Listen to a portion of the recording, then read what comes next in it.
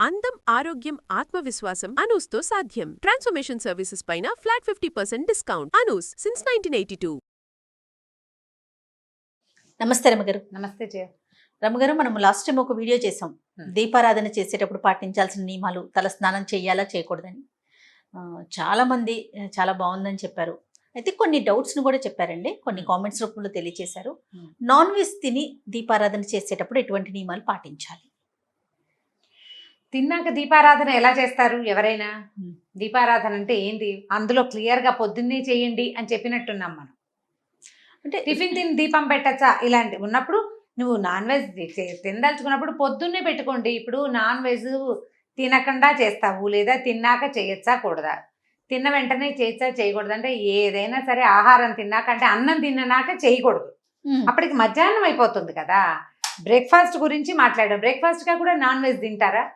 ఏమో, నన్ను అడిగితే ఎలా చెప్పు ఇలాంటివి నువ్వు.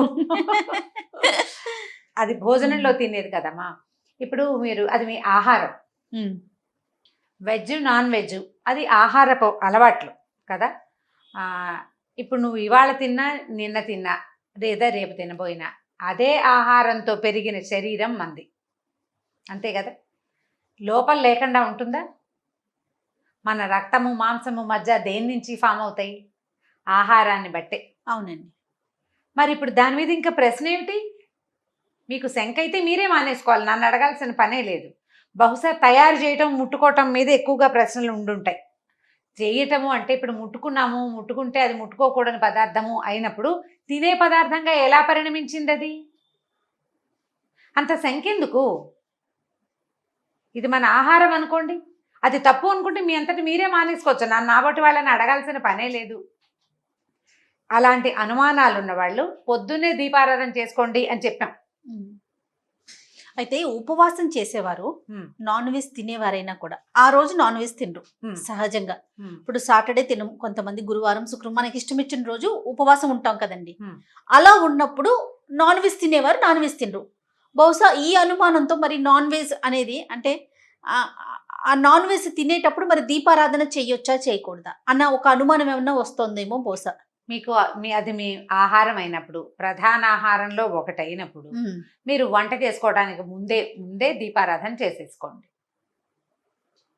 మీకు తినడానికి లేని శంక దీపానికి ఎందుకు? దీపానికి ఎందుకు? పెట్టుకోండి పొద్దున్నే దీపారాధన చేసేసుకోండి. తర్వాత మీ వంట వ్యవహారం ఏదో ఒకటి చేయండి. సాయంకాలం దీపం పెట్టాలా? అది కూడా నన్ను ఒకళ్ళు అడిగారు. మధ్యాహ్నం నాన్ వెజ్ తింటే సాయంత్రం దీపం పెట్టాలి. అది పూర్తిగా మీదేనమ్మా, నేను చెప్పను అలాంటివి. ఎవ్వరు చెప్పకూడదు కూడా అవి. అసలు నేను ఈ మాట చెప్పడం కూడా అంత సమంజసమైన విషయం కాదు. కాకపోతే మనకు అన్ని రకాల ఫాలోవర్స్ ఉన్నారు. ప్రతి వాళ్ళకి మనసులో ఉంటుంది భగవద్ ఆరాధన చేసుకోవాలి, దేవుడికి దీపం పెట్టుకోవాలి, దండం పెట్టుకోవాలి, గుళ్ళోకి వెళ్ళాలి. వాళ్ళ భావాలు దెబ్బతినకూడదని చెప్పటమే ఇది. మీ మనోభావాలు దెబ్బతినకుండా ఉండటం కోసం చెప్తున్నాను. మధ్యాహ్నం తిన్నాము, సాయంత్రం దీపం పెట్టచ్చా లేదంటే అది మీరు ఆలోచించుకోండి. పొద్దున్న దీపం పెట్టుకున్నాక స్నానం చేసి దీపం పెట్టిన తర్వాత మీ పని మీరు చేసుకోండి. దేవుడికి దండం పెట్టకుండా తప్పదు కదా. భగవంతుడు ఎక్కడ లేడు? సమస్తంలోనూ ఉన్నాడు, అన్నిట్లోనూ దేవుడు ఉన్నాడు. నువ్వు తినేది, తరిగేది, వండేది అన్నీ చూస్తాడు భగవంతుడు. ఆయన మన పక్కనే ఉంటాడు, మనతోటే ఉంటాడు, మనలోనే ఉంటాడు. దీపం పెట్టడం అనేది ఒక శ్రద్ధాపూర్వకమైన ఒక క్రియ. దానికి మీ శ్రద్ధ అవసరం. స్నానం చేసి శుద్ధంగా దీపం పెట్టుకుని తర్వాత వండుకోండి కావాలంటే, అంత అనుమానం ఏమక్కర్లా. సాయంకాలం సంగతి మాత్రం నన్ను అడగద్దు, అది మీ ఓపిక, మీ మనస్సు, మీ ఇష్టం. చేయొచ్చా చేయకూడదా అంటే నేను అలా చెప్పలేకపోతాను. మరి ఎవరిని మిమ్మల్ని సమర్థిస్తారో వాళ్ళని అడగాలి, అంతే. అంతే. మీ పరిధిలోకి రాదు, నా పరిధిలోకి రాదు. నేనైతే ఇదే చెప్తా. అసలు దీపం అనేది శ్రద్ధాపూర్వకమైన. అదే మీరు చెప్తున్నట్టుగా ఉదయమే లేచి ముందు దీపం పెట్టేసుకుంటే తర్వాత మనం ఏం తిన్నా ఏం తినకపోయినా అవన్నీ తర్వాత విషయాలు, ఇంకా ఏం చెయ్యాలి అనేది రాకపోవచ్చేమో బహుశా. అంతే కదండి. ఇప్పుడు మనకు వచ్చిన కామెంట్స్ లో ఇంకొకటి కూడా ఉందండి. కార్తీక మాసం అప్పుడు మనం ప్రతిరోజు కూడా తలస్నానం చేస్తాం. మరి తలస్నానం చేసినా చేయకపోయినా పర్వాలేదని ఒక సందర్భంలో అనుకున్నాం కదా, దాన్ని ఎలా తీసుకోవాలంటారు? కార్తీక మాసపు స్నానం నేను నీకు ఆ రోజు చెప్పినప్పుడు క్లియర్గా ఒక మాట చెప్పాను. పండగలు, పర్వదినాలు, పుట్టినరోజులు, మీ మూడిటికి ఎగ్జెంప్షన్, వార నియమం ఏ నియమము లేదు అని. పర్వదినాల్లో కార్తీకము, మాఘమాసము, సముద్ర స్నానం, నదీ స్నానం చేస్తాం.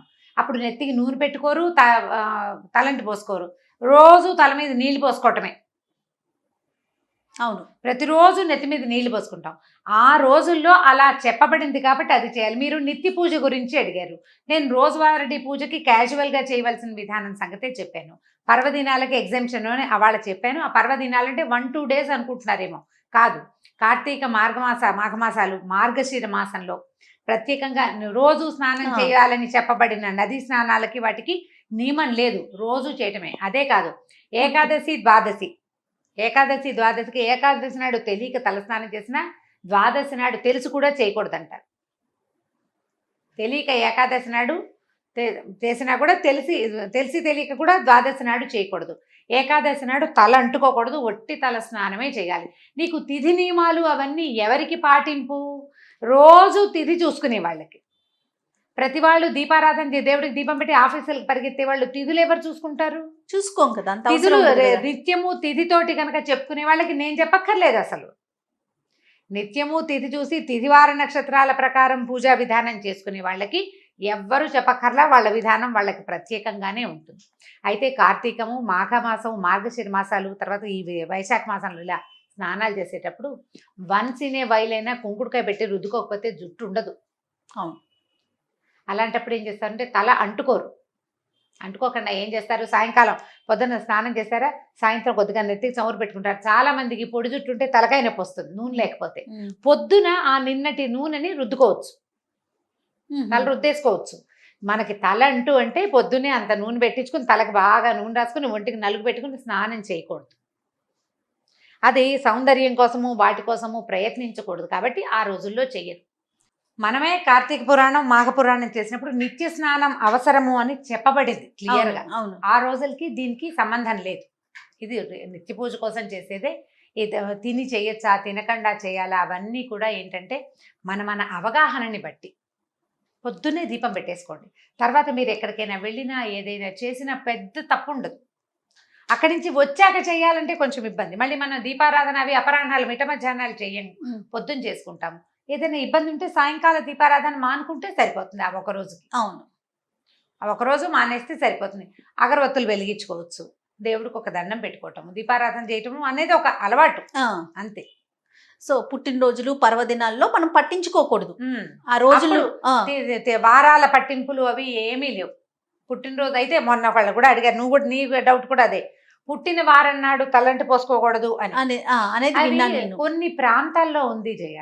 నేను ఒక మాట చెప్తాను, ఈ సందర్భంగా ఈ మాట చెప్పచ్చు. ఇదివరకు 10, 12, 14 మంది పిల్లలు ఉండేవాళ్ళు. 8 మంది, 7 మంది, 6 మంది కూడా ఉండేవాళ్ళు. ఆ రోజుల్లో అసలు వారాలకి, పుట్టిన దినాలకి, వాటికి ప్రాముఖ్యతే ఉండేది కాదు. డేట్లు కూడా జ్ఞాపకం పెట్టుకునేవాళ్ళు కాదు జయ. అయి ఉండొచ్చు. ఇప్పుడు మనకి 2, 3 ఉంటే మన పిల్లాడు ఏ రోజు పుట్టాడు అనేది ఒక క్లారిటీ ఉంటుంది. చాలా మంది సంతానం ఉన్న చోట, ఏ వెసులుబాటు లేని చోట అసలు జ్ఞాపకాలే ఉండవు. మనం పుట్టిన వారం మనకు ఎలా గుర్తుంటుంది? మన పెద్దవాళ్ళు చెప్తేనే కదా. ఎవరైనా చెప్పాలి, ఆ మొదటి నుంచి జ్ఞప్తి పెట్టుకోవాలి. 7-8 మంది సంతానం ఉండి బతుకు కోసం పోరాటం సాగించే క్రమంలో ఈ గోల జ్ఞాపకం ఉండదు, ఎవరికి ఈ విషయం గుర్తుండదు. మనకి ఇప్పుడు తక్కువ మంది సంతానం ఉన్నారు, మనం అది కొంచెం జ్ఞాపకం ఉంచుకోగలం. కానీ అది అన్ని ప్రాంతాల్లోనూ లేదు, మా వైపు లేదు. నువ్వు మహేష్ ఇద్దరు చెప్పారు.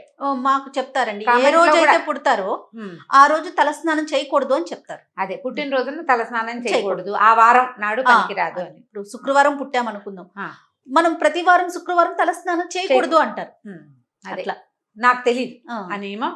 గ్రామీణ ప్రాంతాలను బట్టి ఆ ప్రాంతంలో ఉండుండొచ్చు, ఆ ప్రాంతంలో ఉండుండొచ్చు. ఏ ప్రాంతంలో అలాంటి నియమం ఉందో మీరు నిరభ్యంతరంగా మీ నియమాన్ని పాటించుకోవాలి, మీ ప్రాంతాన్ని బట్టి. మనం ఎప్పుడు అదే చెప్పుకుంటామా, మన ఇంట్లో ఏది ఉందో అది పాటించాలి. మన పెద్దమ్మ, అమ్మమ్మ చెప్తారనుకోండి, నువ్వు శుక్రవారం పుట్టేవమ్మాయి, శుక్రవారం నీళ్ళు పోసుకోకండి, పోసుకోకూడదు. నో అనిపించుకుని చేయకూడదు జయ ఎప్పుడు. అది బయట వాళ్ళ రోడ్డు మీద జనాలు కాదు, మన ఇంట్లో గనక మన అమ్మో, మన పెద్దమ్మో, మన అమ్మమ్మో, మన అత్తగారో ఇది చేయకూడదు అని చెప్తే అది చెయ్యొద్దు. ఎందుకో తెలుసా, చెప్తా చూడు. ఇప్పుడు ఒకవేళ చేసామనుకో, ఏదైనా చిన్న ప్రమాదం అవ్వగానే మన శంఖ ఎక్కడికి వెళ్తుంది, వాళ్ళు వద్దన్నా చేసామని మనకు భయం వేస్తూ ఉంటుంది. ఆ భయం వేసే పనులకి వెళ్ళకూడదు అసలు. ఎందుకు వెళ్ళాలి? వద్దనిపించుకున్న పని చెయ్యొద్దు. ఇప్పుడు ఈ మామూలు వద్దంటే ఇవాళ బయటకు వెళ్ళదు లేదా అన్నం తినద్దు ఈ పని చేయదు, చిన్న చిన్నవి కాదు, ఇలాంటివి నమ్మకాలు తీవ్రంగా ఉన్న విషయాలలో అంటే భావాలు దెబ్బతినే వ్యవహారాల్లో ఆ పని చేయకూడదు.